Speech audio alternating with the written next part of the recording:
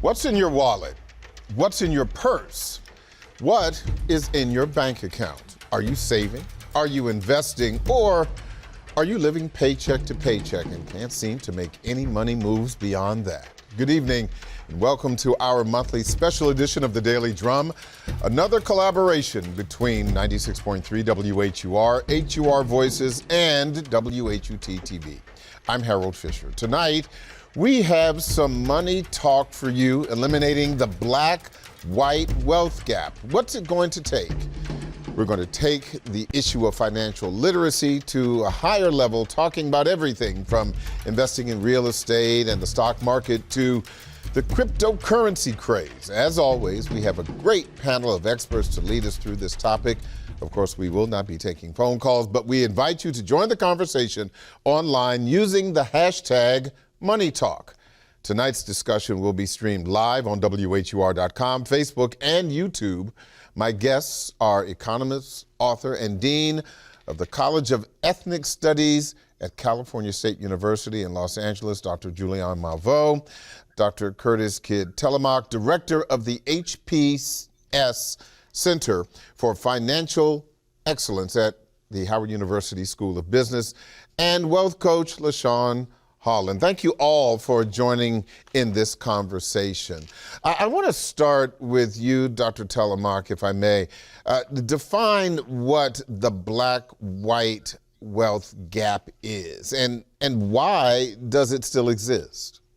Yeah, sure. So the latter question, why does it still exist, is quite expansive, but exactly what it is that if we measure our net worth, right? And that will just be assets minus liabilities. We find that in the African-American community, our net worth is significantly lower than our white counterparts. And that, in a nutshell, defines what the wealth gap is. And so if you start to peel back why that is, let me just say, sort of as laconically as possible, the history of this country has been that most Americans were able to benefit from the economic prowess of the country, but there are a certain amount of Americans who were not able to. And in that amount, African Americans definitely are a part of that. Dr. Malveaux, as it relates to the black-white wealth gap, why should African Americans care about competing against their white counterparts? Why can't African Americans just kind of focus on their own thing? Wealth is like, number one, it's your adult report card. It's what you have. It's not what you cop, it's what you keep. But we know that we have, and of course, quoting the great philosopher Lauryn Hill, it's not what you cop, it's what you keep. But what I want to say is that we have been prevented from keeping. In other words, there have been major impediments to our accumulating wealth, and that has been an issue. At the end of enslavement, in 1880, we had $1 for every $36 that white people had. By 1910, it was $1 for every $18 that white people had. In other words, in Reconstruction, we were able to build wealth. However, now, today, 2020, it's $1 for every $10 white people have. So we made more relative progress between 1880 and 1910 than we did 100 years later. Why is that? Because there have been many things that have prevented Black people from accumulating wealth.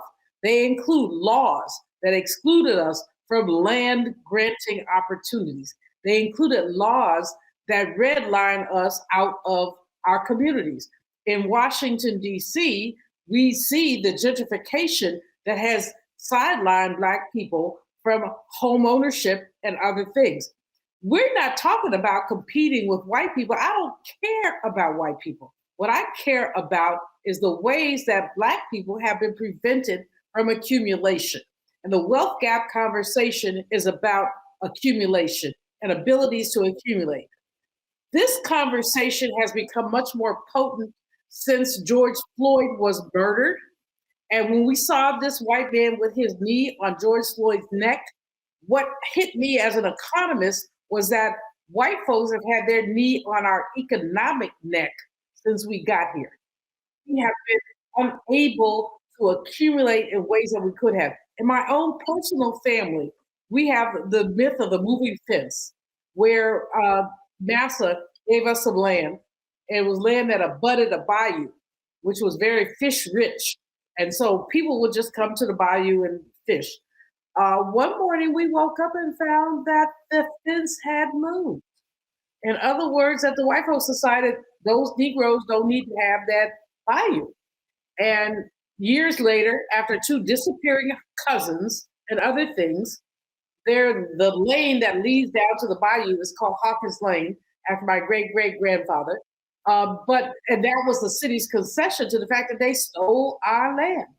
This is not a unique story, nor is my family a victim. This is a story that has happened over and over and over again. Whatever we accumulated, there were those who decided to keep us from accumulation. I know I'm talking a little long here, but let me just tell this one more story about Ida B. Wells. Ida B. Wells became involved in the lynching chronicles because she began to chronicle lynchings. The first one she chronicled was one of a friend of hers, Tommy Moss, who was a postmaster, deacon, and a number of other things in Memphis, Tennessee. He opened a store called the People's Grocery that was about a block away from a store that a white man owned. The white man, and I always forget his name, just deliberately almost, the white man was angry about economic competition. So when two little boys got into a fight over marbles, hear me, over marbles, white men went to the People's Grocery to confront black people. Well, the brothers had guns. The brothers had guns. And so a couple of white men got shot. They didn't get killed, they got shot.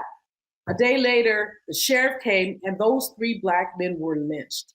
And then the white man was able to acquire their store, the People's Grocery, for 8 cents on the dollar. That's economic envy.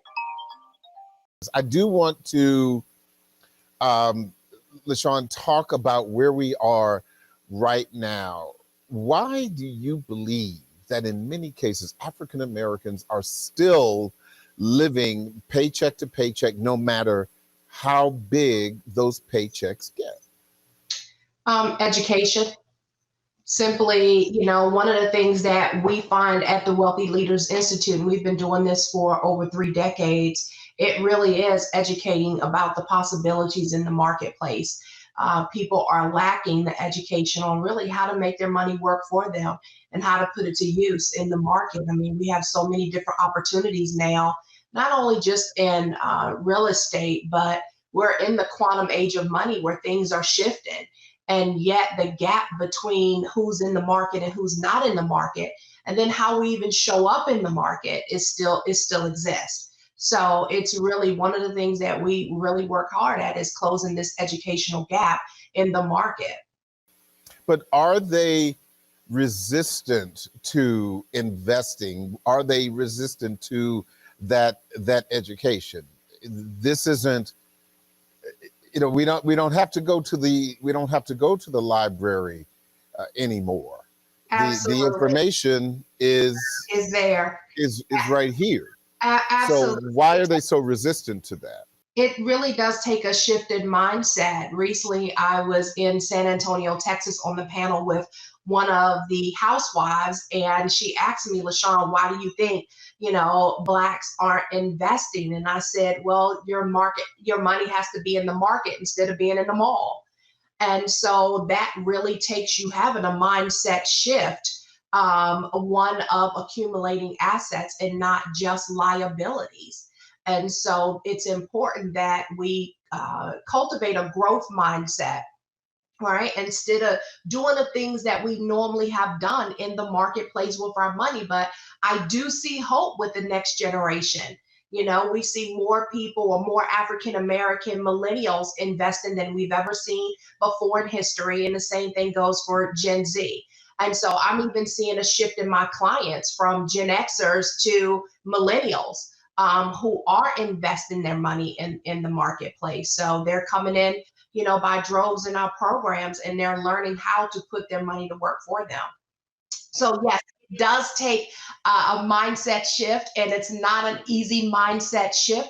But I also believe that a lot of it comes from programming during slavery and how we treated money back then, or how we didn't have any money. We wasn't given anything. But, our parents didn't have crucial cash conversations with us growing up. And That was my next point. Before I go back to Dr. Telemark, there are so many ways to invest, as I mentioned, to grow income. How did you do it? How was there a shift in your mindset, or was the mindset handed down to you from your parents? For investing, absolutely not. I mean, my story is my parents were teenagers when I was born, but I was blessed to have people put in my path that showed me what was possible. My degree is in accounting, and I remember working in an accounting department for a government contracted agency. And so I became very, very close with the owner of the company. And so she began to show me what was possible. And we started having the crucial conversations that I wasn't having at home. And not only not having at home, but nobody in my community, nobody in my church were talking about, investing in gold and silver and commodities. Nobody, was teaching me. Either other people in my job weren't, really invested at that level. And so I just happened to have people that was placed in my path. And I was smart enough to start listening, not only listening, but executing. And so that's really what shifted for me, was a trip that my boss, I took out to Las Vegas years ago, and I met a group of Black investors that were investing in commercial and residential real estate and commodities like gold and silver and titanium. And, they had businesses. And so they really start to show me the power of being able to multiply my money.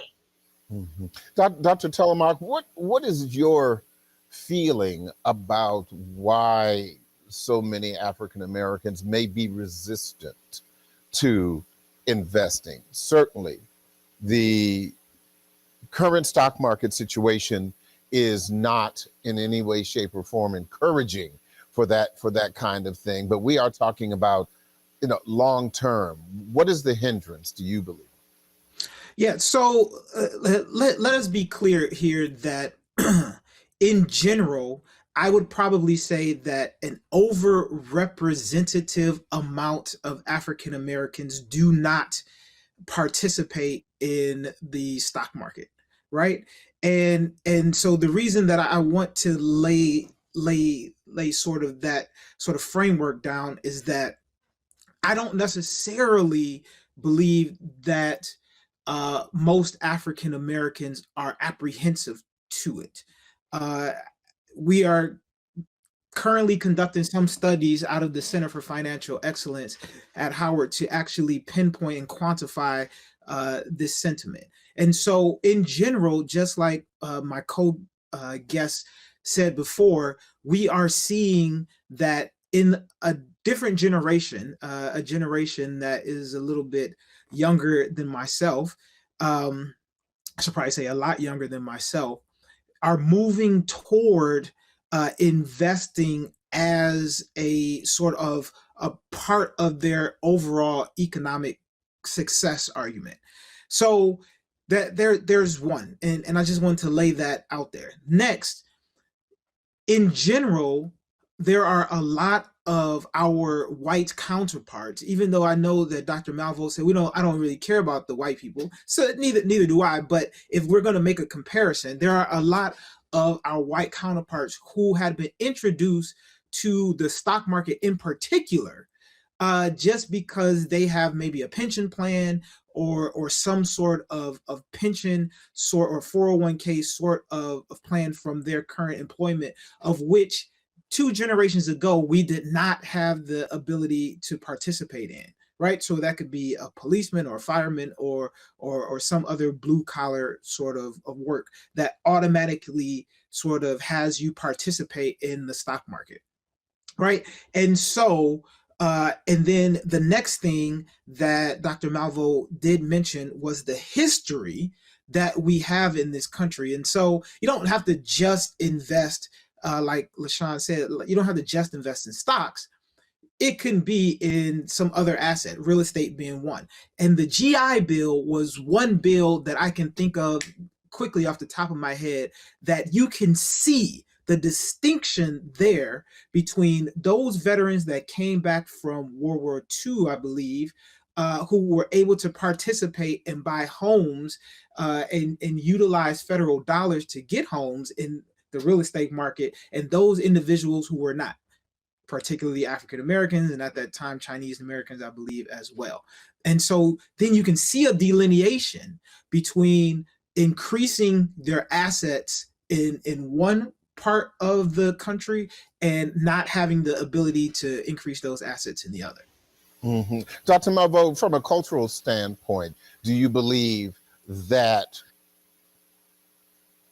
the African Americans may have a hindrance, to investing? We know there's that old saying, you want to drive good, you want to look good, you want to smell good, but the true wealth is in whether it's real estate, savings, investing. Do you believe that the feeling that we always have to represent our best self publicly is a hindrance to that? Well, I think that, Harold, certainly that's a part of it, but I think also there have been major impediments to Black folks investing. So I don't think that I would say, okay, Black folks culturally don't want to invest, or Black folks spend too much money on their cars and on their homes. Let's look at what has happened with our homes. It's easier. Remember the John Johnson story about Ebony magazine. He wanted to get a loan for the magazine. They said no. He went back and said he wants to take a vacation, and they said yes.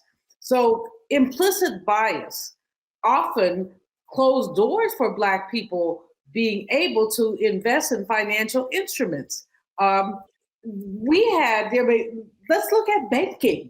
I mean, if we look at banking and look at the history of Black folks in banking, what we know is that we often couldn't even deposit money in the late 19th, early 20th century in banks.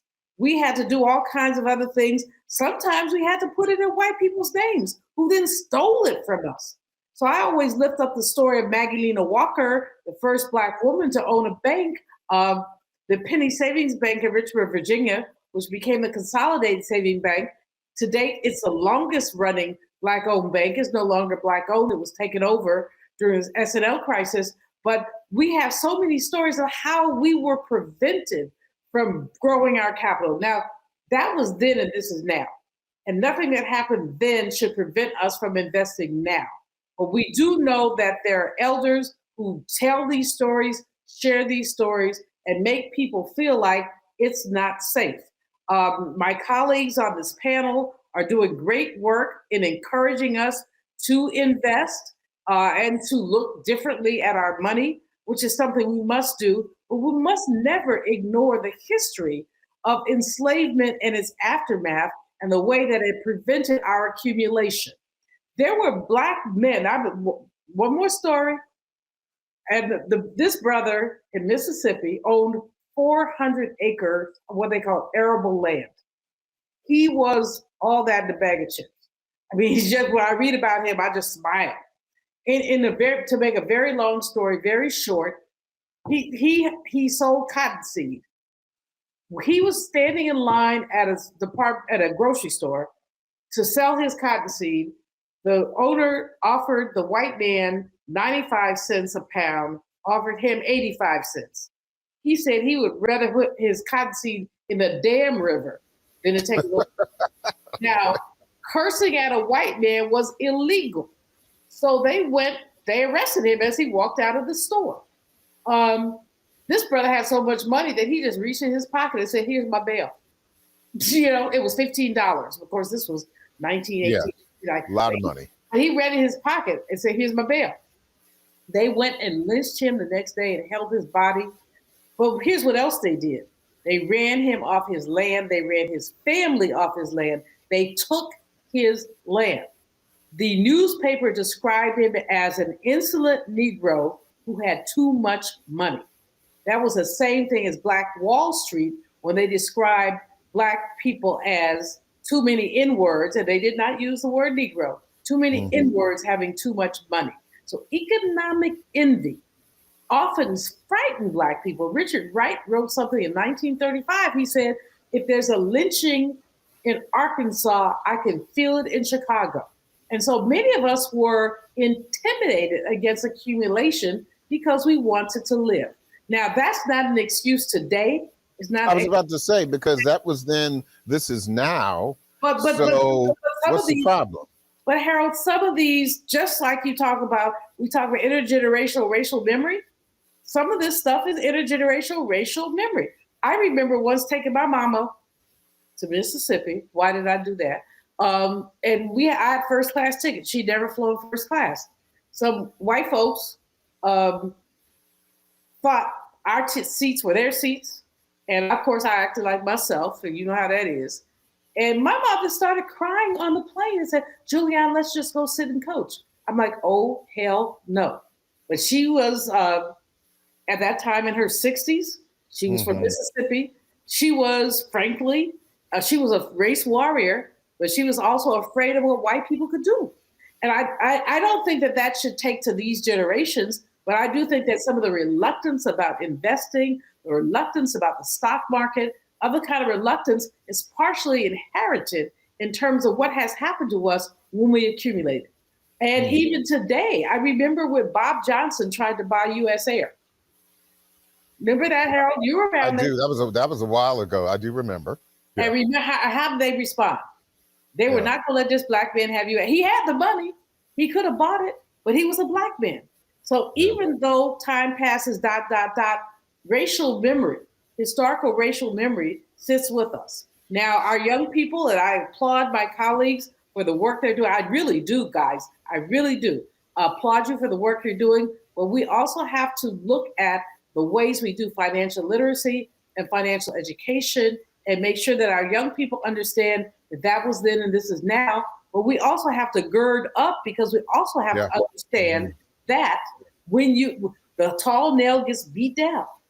Imagine that. But hold on, let me before you go on, because I've got to get to. Imagine Elon Musk was a Black man. Just think about that. What if a Black man was doing all this stuff, trying to buy Twitter? Just think about it.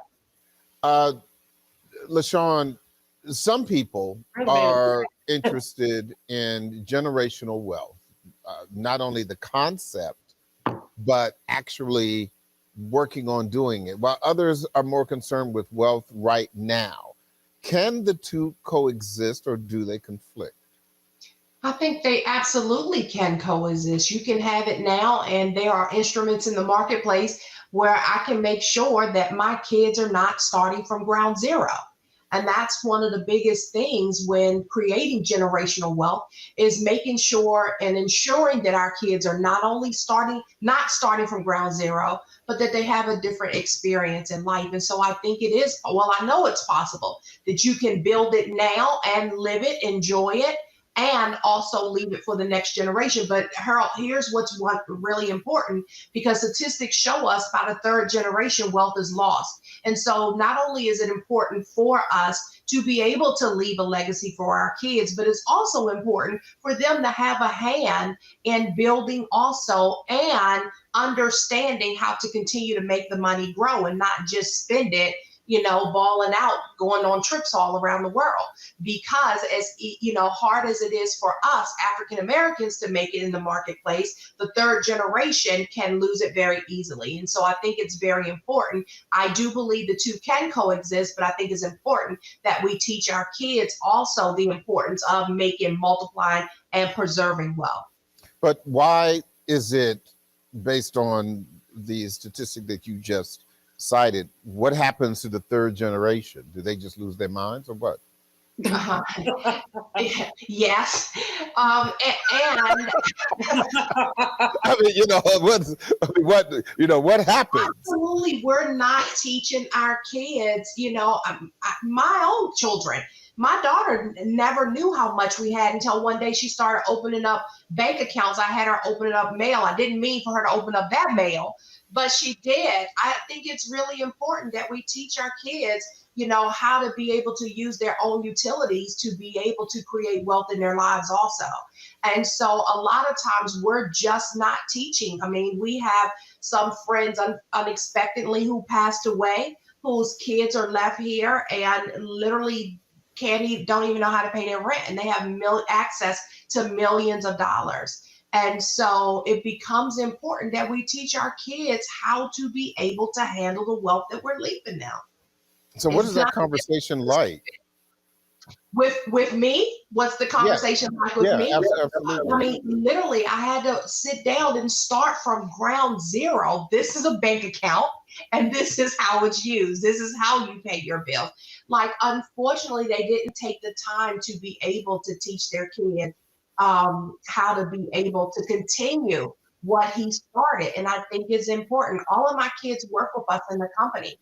And I think it's really important. It's mandatory. When I have live events, you show up. I'm not just talking just to be talking. I need to make sure that you know what to do with the money that you're going to be left when I leave here. And so people just aren't having those conversations. And it's important to constantly, I can't tell you, Harold, my kids were blessed to go to school with wealthy kids. I can't tell you how many children have come to my house over the years, even as adults, to sit down and say, hey, I don't know how to do this. Can you teach me?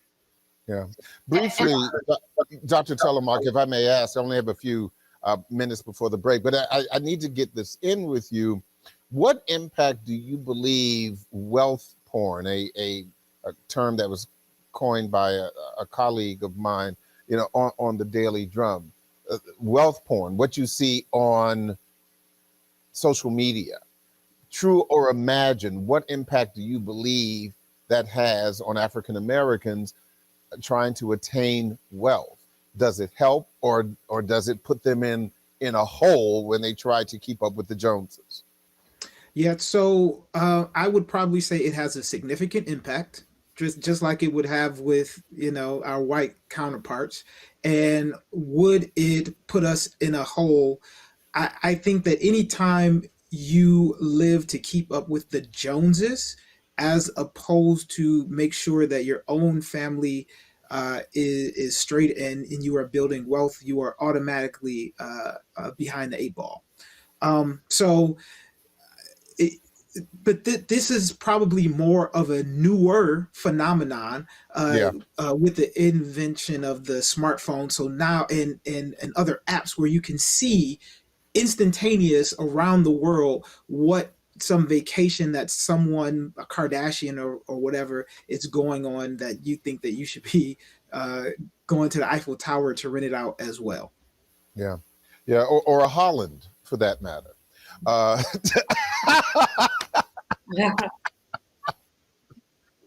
Hold on, LaShawn. Hold on.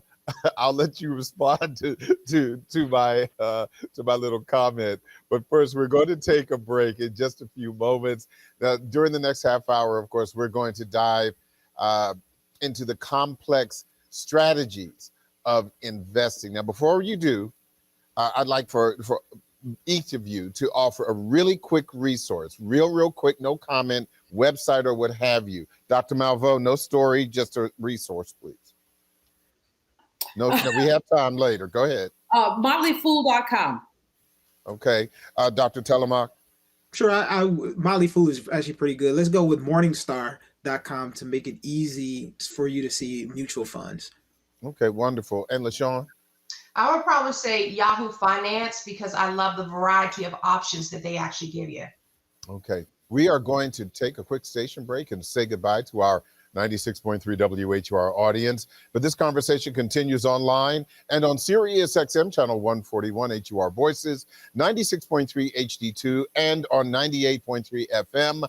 Money Talk, eliminating the black-white wealth gap. What's it going to take? We'll continue in just a few seconds.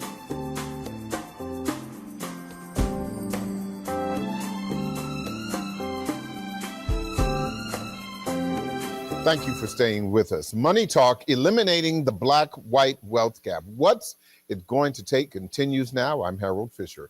A reminder for you, no phone calls tonight, but please join the conversation online using the hashtag Money Talk. My guests are economist and author Dr. Julianne Malveaux, Dr. Curtis Kidd Telemark, director of the HPS Center for Financial Excellence, Howard University School of Business, and wealth coach LaShawn Holland. Okay, LaShawn, like I said, we can talk about your vacation real quick because everybody's trying to keep up with the Hollands. We are not going to talk about my vacation. Okay, good. That ain't right. You done talked about everything else. Let's hear about the vacation. Yeah, right. LaShawn, let's talk first of all about this cryptocurrency thing.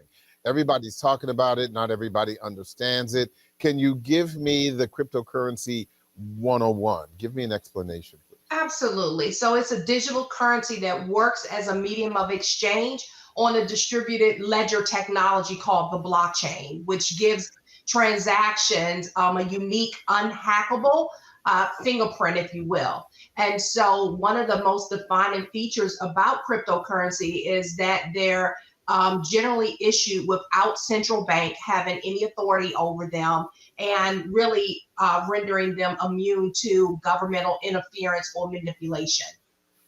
Is it real money? It depends on which cryptocurrency. I mean, there's a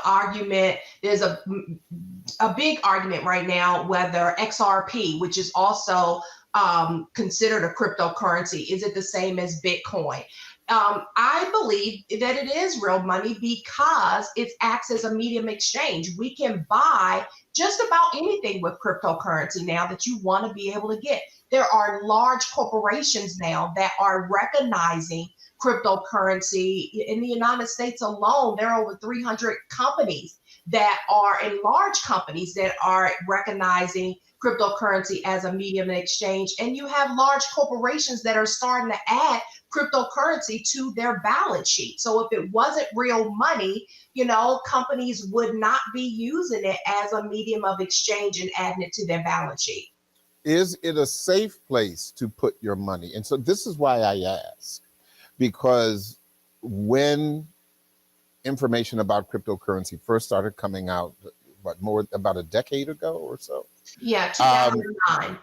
You said 2009? 2009. Yeah, so yeah. So we're talking closer to almost 15 years. The value of cryptocurrency was a few dollars, a coin. Let's talk about Bitcoin, for example. Now we're talking about, it's at about $45,000 a coin. There was a point at which it went so much higher, and there were people who were making money hand over fist. But then there were also people who were losing money as well, because when they started jumping in and the value dropped, it became concerning. What causes it to go up and down? Is it like the stock market? And I ask again, is it a safe place? Is it an investment? Is it gambling? How would you characterize it? I would because I do own crypto, I would categorize it as an investment. I have the opportunity to make money, but just like any investment, you can lose money. There's an opportunity for you to be able to lose money. That's why I believe being able to read the charts are so important. So you can see that there's ways that you can make money in crypto. And I believe that eventually, given enough time, it's going to mimic and act just like stocks do, just like options do. Right. And I think it's important. That's why education is so paramount. So I can learn about it. When things drop, I have one or two things. I can either get out or I can buy more. Right. People say when it's on sale, go shopping. I don't necessarily buy into that. But there are opportunities for you to make what I call a millionaire's rate of return versus me having my money at a Merrill Lynch and possibly only getting 6 or 8% or whatever the percentage is right now that they're going.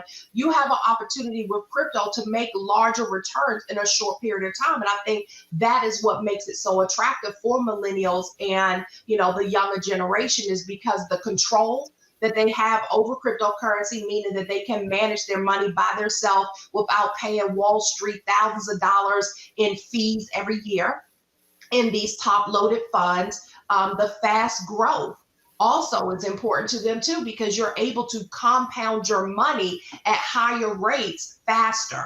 And so that's what makes it so attractive. And then it gives them the freedom of not being able to have these golden handcuffs for 40 years, because this generation doesn't want to wait 40 years to be able to live the life it is that they want. They want to be able to live it now while they're here. And so it is an investment, but just like stocks, there's risks that come along with it. That's why it's important for you to know how to position. I don't believe money is ever lost in the stock market. It merely changes hands to the people who know how to be in position. And so, you know, if you ask the House of Holland, we know how to position ourselves, whether the market is up, down, sideways, stagnant. And so that's why education is so paramount. And you can do the same thing inside of cryptocurrencies. I'm not a big fan of Bitcoin. I do own Bitcoin, not a big fan of Bitcoin, but I love XRP because in fintech, you have so many different financial institutions that are building on that particular platform. And so it's a much safer platform for me than Bitcoin. But cryptocurrency is a very volatile market. And because it's also unregulated by the government, which makes it appealing to most people, you know, it's important for us to be able to know what we're doing inside of the crypto market. Harold, I got to push back. I was going to say, Doctor, go right ahead, Dr. Malvo. I really got to push back here because, I mean, she's right about the whole issue of education and financial education. I am not a fan of any of this stuff. None of this stuff can be verified. It's extraordinarily volatile. People are making lots of money, but people are also losing lots of money. My thing about any investment is don't invest anything that you cannot afford to lose. Because with this Bitcoin crap, and I call it crap, I'm very skeptical about it. I would not have, I don't own any of it, and I don't intend to. I don't want anybody I know to own any of it. And if y'all do, that's your business. But I just really think it's not real. It's not regulated. It's not guaranteed. There's no FDIC or any other organization that's saying we will keep you whole and keep you safe. To me, it's like a high rolling Las Vegas experiment. You can go to Vegas and put some money in a slide and get nothing. And that's what it seems to me that crypto is. I respectfully disagree with my sister here. I just would not have anybody, and especially anybody over 50, because if you're 30 and you lose a bunch of money, you can make it back. If you're 50 or 60 and you lose a bunch of money, what kind of time do you have to make it back? So I am absolutely. I agree with you. Talking, sister. I'm talking. I am not a crypto Bitcoin fan, and I think it's very, very dangerous. LaShawn? So I agree with you on the part of, you know, depending on your time horizon of investing. You know, if you're maybe in your ladder of your Generation X or your baby boomer, it would literally take 100% for you to make up to even break back even when you lose money. But you can lose money in any market reset. I have had clients call me who were 3 years out from retirement in 2008, 2009. And when the market crashed, they lost 67% of their money. And so you can lose money. And I've had clients come in right at retirement and their jobs made a bad investment. Just because you have your money with a brokerage firm investing doesn't exclude you from losing money. And they're a bunch of charlatans. They're charlatans, and you know that they're charlatans. They are charlatans.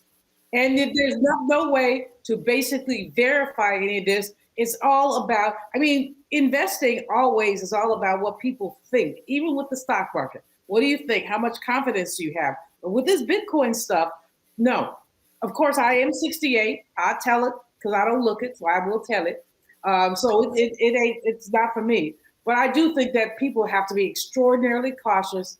I would never put more. I would never even advise a young'un to put more than 10% of their portfolio in that nonsense. Dr. Talamon. Harold, let me come in the middle, right? And so the reason I'm in the middle is because At the Center for Financial Excellence, we did just have a Bitcoin workshop. It was actually DFI workshop, deregulated financial instruments, I believe is what it's called.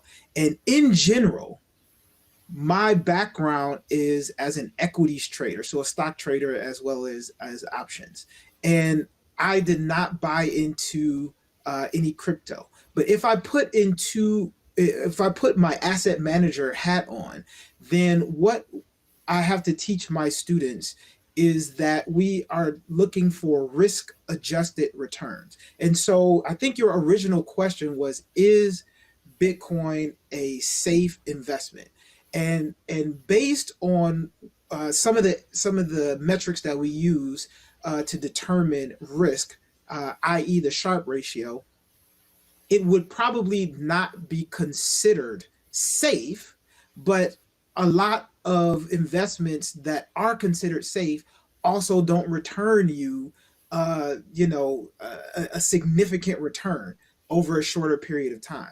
And so therefore, if you had a portfolio of $1 million or so, I think Dr. Malvo said, something like 10%, the likelihood is that a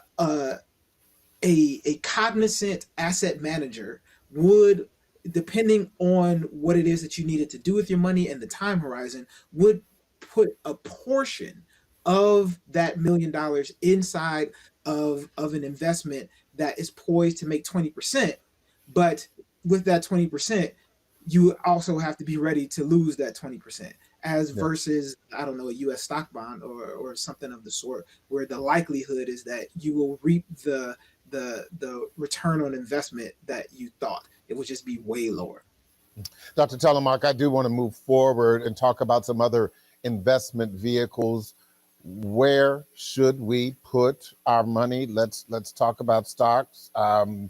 They remain volatile, but some could argue that America's wealth after the crash of 1929 and the recovery of the stock market, and we've had some ups and downs and the like, but America's wealth has been built on stocks and bonds. Let's talk about the two of them. What is a stock? What is a bond? I know this may be basic, but there's some people who are still struggling with investing with their 401k. So let's talk about that. Let's sure. give So me the stock 101.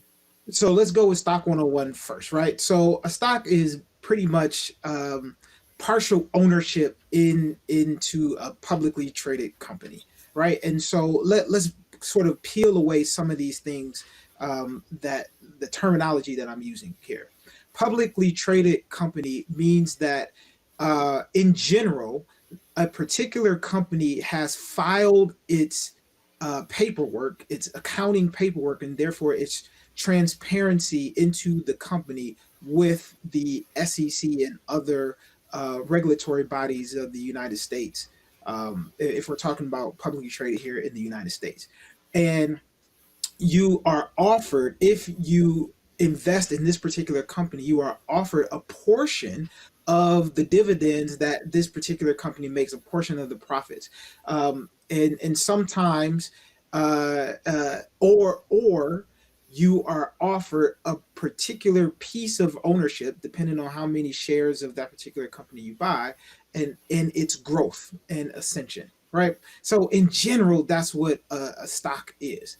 A bond is a bit different insofar as you are almost acting as a bank. You are lending money to a particular agency or corporation with the notion that you will receive the money back plus some interest over a particular amount of time. And so when you lend that money to the company, that company can, I don't know, do whatever it needs to do to grow, or it could pay its employees. It is all sorts of things. Whatever companies do, it is specific to the operations of the company.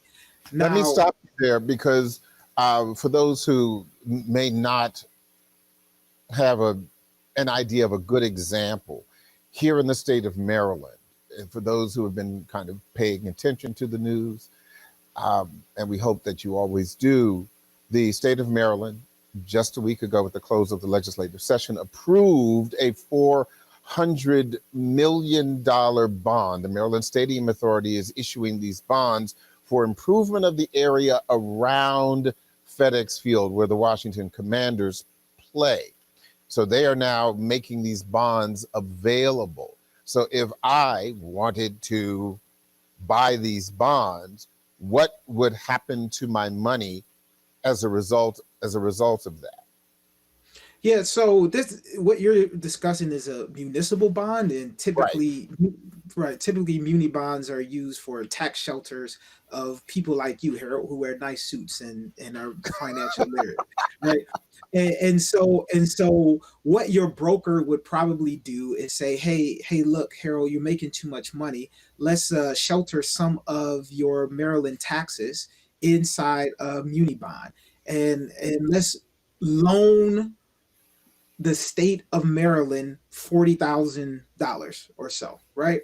And you will so therefore you have some tax implications there where you can be sheltered with the $40,000, and for the state of Maryland, they will receive this $40,000, use it for whatever that muni bond is designated to be used for, as you have just said, to clean up around FedEx Field, and use it towards the operations of that particular thing. And then after X amount of years, they would pay you the $40,000 back. And because you loaned it out, they will also pay you back 8% or 9% interest or whatever it may be.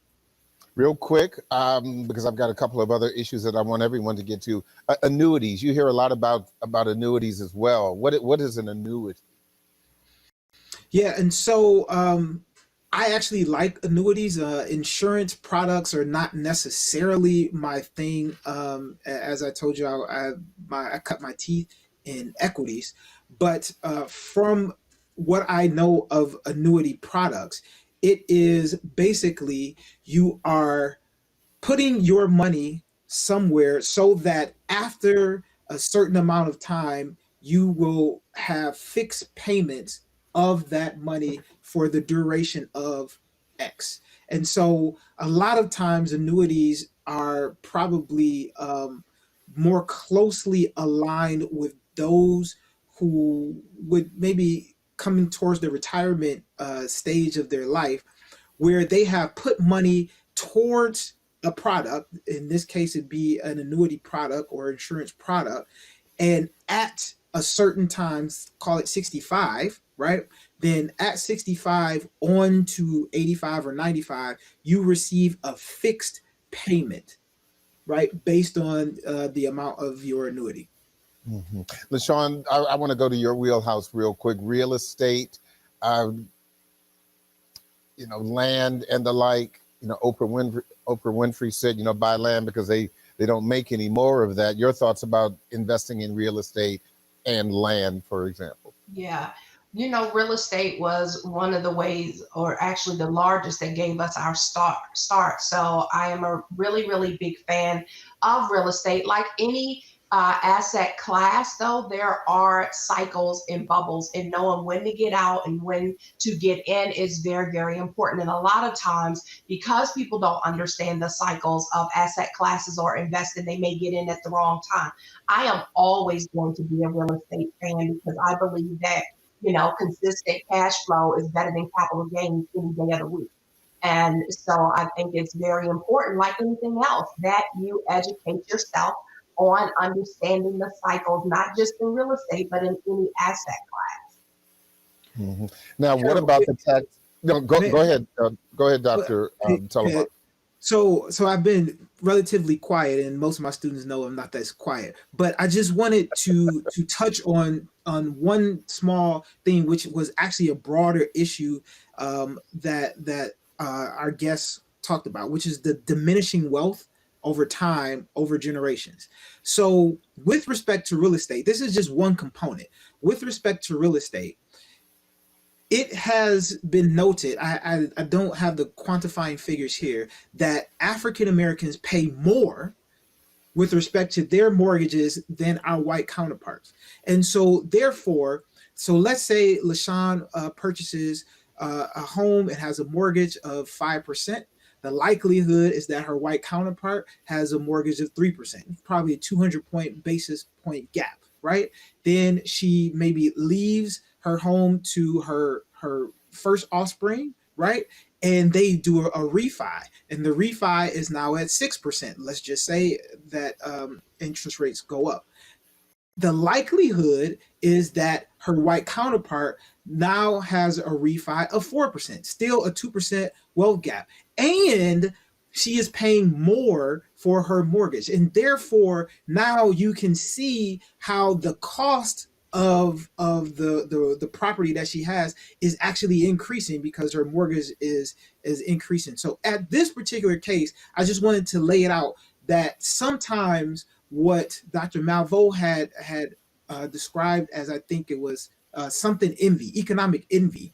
You can see it more prevalent in things like purchasing a mortgage for a Black person versus a white person. And if it continues with the same cycle that we had seen for so long, that is where you also get some of your diminishing asset returns. And you know what? I need to jump in here, Harold, just to say, okay, Sure. so 70% of white people own their homes compared to roughly 46, it may be now down to 43, 46 a couple of years ago, but we lost some home ownership thanks to COVID. But the home ownership gap is a big function of the wealth gap, because for most middle income, middle class people, their home ownership is the basis of their wealth. It provides them with all kinds of access, loans for student tuition, not to be ghetto, but loans to get folks out of jail. There are all kinds of ways that, not having that access is important. And there is a nearly 30%, 25% gap between what whites own and what Blacks own. And then as Brother Man has said, when we do own, we often are paying more, often for less. And there are also studies that show that when we live in concentrated Black communities, our property, the very same property, 3-bedroom, 2-bath, is valued at less simply because of the zip code. So the whole ways that banking discriminates against us is something that should be a legal issue. And I think that the Biden administration has begun to talk about this, but they haven't talked about it enough. And what we absolutely know is that we are sidelined and disadvantaged. I won't tell any stories, but I have some. When I bought my house downtown DC, it was interesting. It was just interesting. I was told, because I was a single woman and I was a consultant at the time, that I was being offered a much higher interest rate. Praise the Lord and pass sweet potatoes for Emma Chappelle, who started the United Bank of Philadelphia, and she's my soror. I was crying to her and saying, oh, no. And she said, I'm going to write your loan. Yeah. And there are only a few Black people who can do that. Doyle Mitchell in Washington, D.C., Industrial Bank can do that, but there are only a few who can do that. If we go to conventional banking, they will rip us off.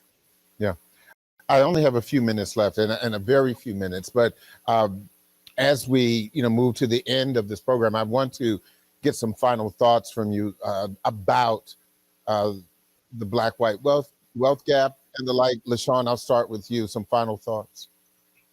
Really quick, Harold, I want to go back and address, because what my partners here are saying is very true, but I think it's a difference in your question that I answer. I was talking about real estate as an investment and not necessarily own it. Well, let's be quick. I've got 2 minutes. Be short. And so, I was pointing that out. And so it's a different strategy when you're an investor versus, a homeowner. And so I'm not holding on to these things to live in them. So when I made my response to that question, it was with the idea as an investment, as an asset class. Okay. Dr. Telemark, real quick, 30 seconds. Yeah, sure. So in general, as a teacher and educator of asset management, I think that it is incumbent on myself and those in my profession to offer all sorts of different assets to my students, to let them decide what would be best situated inside of a portfolio. And typically we talk about inside of an institutional portfolio as opposed to a retail portfolio. And so, but in general, if we are talking about the African American white wealth gap here, there are several variables that are functions of this particular gap. And Give me one, because I'm out of time. sorry, all right, sure. So I would probably say the history of segregation in this country is a fundamental distinction line of who could have what, when, and how. And so Okay. if we are talking about any sort of equality, we would have to fix that line. Okay, I'm going to have to have that be the last word, but I do want to Yeah, thank. I don't get a last word. I Yeah, don't unfortunately, get a last that is the case. Like I said, time is This money. brother took up my time. I'm gonna get you, I brother. know. I'm gonna I'll let you Howard talk to him track after the you down. program. But I do want to thank all of you for sharing your stories, Dr. Malveaux, and your perspectives for tonight's conversation. I do tonight, of course, have a final thought. In today's complex financial climate, it's giving us new definition to the old hip hop phrase, I've got my mind on my money and my money on my mind. Attitudes about financial literacy in the African American community have changed some, but apparently not enough to close the black-white wealth gap. That can change if we not only educate ourselves about how money works, but also evolve in answering the money question, what's it going to take to build wealth? I'm Harold Fisher. Thank you for watching and listening. Good night.